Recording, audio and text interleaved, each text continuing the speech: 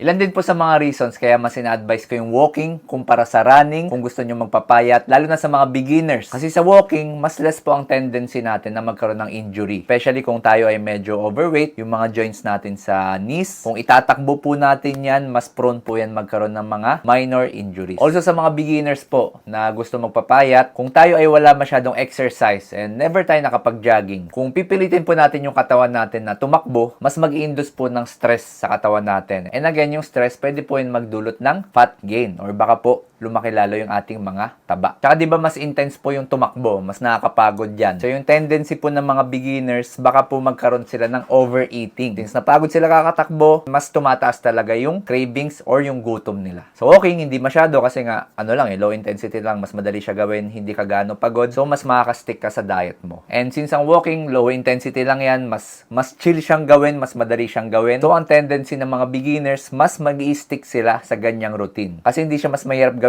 kumbaga, mas consistent mo siyang magagawa. Pero wala naman pong problema sa running. Of course, nakakapayat pa rin yan, lalo na po kung naka-calorie deficit kayo. Kasi nakaka-burn pa rin naman po ng calories yan. Pero kung kayo po ay beginner, overweight, medyo may edad na, may mga masakit na kasukasuan, mas ina-advise ko po na maglakad tayo kesa tumakbo.